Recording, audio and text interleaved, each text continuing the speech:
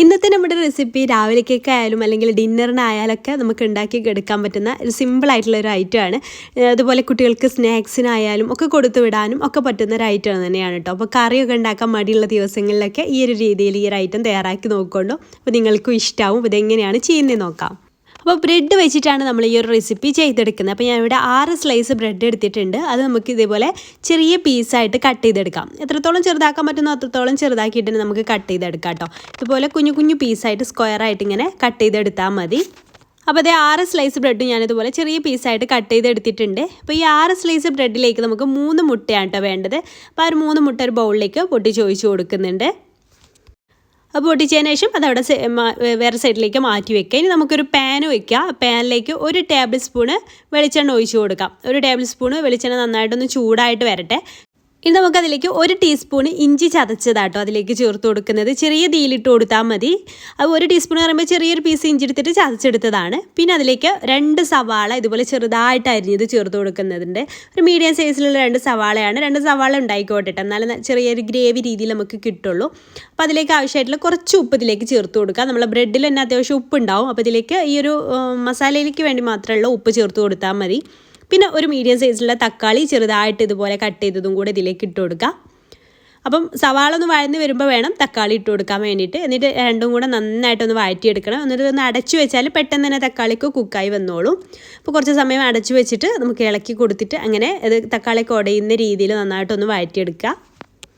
ഇപ്പോൾ തക്കാളിയൊക്കെ നന്നായിട്ട് തന്നെ കുക്കായി വന്നിട്ടുണ്ട്, നന്നായിട്ട് വഴന്ന് വന്നിട്ടുണ്ട്. ഇനി നമുക്കതിലേക്ക് കുറച്ച് മസാലപ്പൊടികളൊക്കെ ഒന്ന് ചേർത്ത് കൊടുക്കണം. അപ്പോൾ ആദ്യം നമുക്കിതിലേക്ക് 1 ടീസ്പൂണ് മുളക് പൊടി ചേർത്ത് കൊടുക്കാം.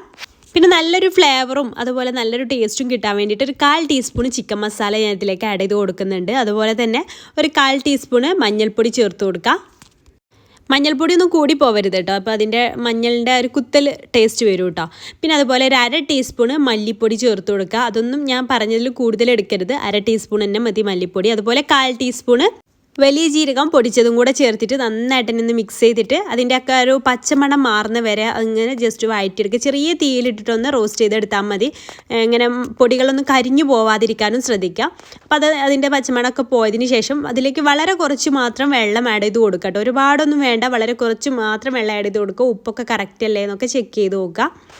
ഒരുപാട് വെള്ളം ചേർത്താൽ നമുക്ക് ഒരുപാട് വെള്ളം പോലെയാവും. അപ്പോൾ അത്രയും വേണ്ട. ചെറിയൊരു സോഫ്റ്റ്നെസ്സും ഒരു ചെറിയൊരു തിക്ക് ഗ്രേവി പോലെ കിട്ടാൻ വേണ്ടിയിട്ടാണ് ഞാൻ കുറച്ച് വെള്ളം ആഡ് ചെയ്ത് കൊടുത്തിട്ടുള്ളത്.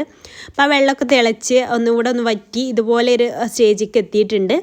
ഇനി നമുക്കതിലേക്ക് അതൊരു സൈഡിലേക്ക് ഇങ്ങനെ ഒന്ന് മാറ്റി വെക്കുക. എന്നിട്ട് ഒരു ഭാഗത്തേക്ക് നമ്മൾ നേരത്തെ പൊട്ടിച്ച് വെച്ചിട്ടുള്ള 3 മുട്ട ഉണ്ടല്ലോ അത് ഇതുപോലെ ഒഴിച്ചു കൊടുക്കുക. എന്നിട്ട് അതിൻ്റെ മുകളിലായിട്ട് ഒരു 1/2 ടീസ്പൂണ് കുരുമുളക് പൊടിയും അതുപോലെ ഒരു നുള്ളു ഉപ്പും കൂടെ ചേർത്ത് കൊടുക്കുക. എന്നിട്ട് അതും ഒന്ന് സ്ക്രാമ്പിൾ ചെയ്തെടുക്കുക, ഒന്ന് ചിക്കി പരത്തി കൊടുക്കുക കേട്ടോ. ആ മുട്ട മാത്രം ആദ്യം ഒന്ന് ചിക്കി പരത്തി കൊടുക്കുക.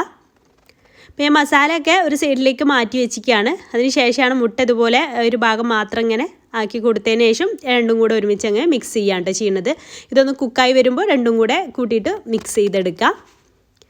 അപ്പോൾ അതെല്ലാം ഒന്ന് വെന്ത് വന്നിട്ടുണ്ട്, മുട്ടയൊക്കെ ഒന്ന് വെന്ത് വന്നിട്ടുണ്ട്. ഇനി നമുക്ക് ആ മസാലയുടെ കൂടെ ഒന്ന് മിക്സ് ചെയ്ത് കൊടുത്താൽ മതി. രണ്ടും കൂടെ ഒന്ന് കമ്പൈൻ ആയിട്ട് ഒന്ന് മിക്സാക്കി എടുക്കാം. അതിനുശേഷം നമുക്കതിലേക്ക് സ്കിപ്പ് ചെയ്യാൻ പാടില്ലാത്ത ഒരു സംഭവമാണ് മല്ലിച്ചെപ്പ്. അത് ചേർത്ത് കൊടുക്കുക. മല്ലിച്ചെപ്പ് ഇതിലേക്ക് നമുക്ക് ഞാനൊരു ചെറിയൊരു പിടി നിറയെ മല്ലിച്ചെപ്പ് അരിഞ്ഞിട്ട് ഇട്ട് കൊടുക്കുന്നുണ്ട്. അത് സ്കിപ്പ് ചെയ്യരുത്, അത് നല്ലൊരു ടേസ്റ്റാണ് ഈ ഒരു വിഭവത്തിലേക്ക്. അതിനുശേഷം നമ്മുടെ ഈ ഒരു ബ്രെഡ് കട്ട് ചെയ്തതും കൂടി ഇതിലേക്ക് ഇട്ടിട്ട് നന്നായിട്ട് തന്നെ ഒന്ന് മിക്സ് ചെയ്തെടുക്കുക. എല്ലാ ഭാഗത്തേക്കും ആ ഒരു മസാല എത്തുന്ന രീതിയിൽ നന്നായിട്ട് തന്നെ മിക്സ് ചെയ്തെടുക്കുക.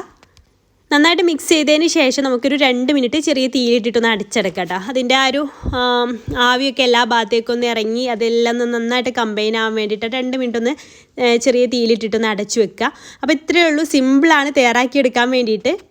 ഇത് നമുക്ക് രാവിലേക്കായാലും അല്ലെങ്കിൽ രാത്രി ഡിന്നറിനായാലും ഒക്കെ ഉണ്ടാക്കിയെടുക്കാൻ പറ്റുന്ന ഒരു സ്പെഷ്യൽ റെസിപ്പിയാണ്. നല്ല ടേസ്റ്റുമാണ് കഴിക്കാൻ വേണ്ടിയിട്ട്. പിന്നെ ഇതിലേക്ക് ചിക്കനൊക്കെ ഉണ്ടെങ്കിൽ ചിക്കനും കൂടെ ചേർത്ത് കൊടുത്താൽ പിച്ചിട്ട് ഇട്ട് കൊടുത്താൽ ഒന്നുകൂടെ ബെറ്റർ, നല്ല ടേസ്റ്റ് ആയിരിക്കും. ഇതന്നെ അത്യാവശ്യം നല്ല ടേസ്റ്റ് ഉള്ളൊരു ഐറ്റമാണ്. അപ്പോൾ അതിൻ്റെ കൂടെ ചിക്കനും കൂടെ ആയാൽ ഒന്നുകൂടെ ടേസ്റ്റി ആവുമല്ലോ. അപ്പം എന്തായാലും നിങ്ങൾക്ക് ഇഷ്ടമായിട്ടുണ്ടെങ്കിൽ ഒന്ന് ട്രൈ ചെയ്ത് നോക്കുക. ട്രൈ ചെയ്ത് നോക്കുന്ന സമയത്ത് ഫീഡ്ബാക്ക് കമൻറ്റിൽ അറിയിക്കാൻ മറക്കരുത്. വീഡിയോ ഇഷ്ടമായാൽ ലൈക്ക് ചെയ്യാനും മറ്റുള്ളവരിലേക്ക് ഷെയർ ചെയ്ത് കൊടുക്കാൻ താല്പര്യമുണ്ടെങ്കിൽ ഷെയർ ചെയ്ത് കൊടുക്കാനും മറക്കരുത്. അപ്പോൾ ഇൻഷാല്ലാ പുതിയൊരു നല്ല റെസിപ്പിയായിട്ട് അടുത്തൊരു ദിവസം കാണാം. Thank you.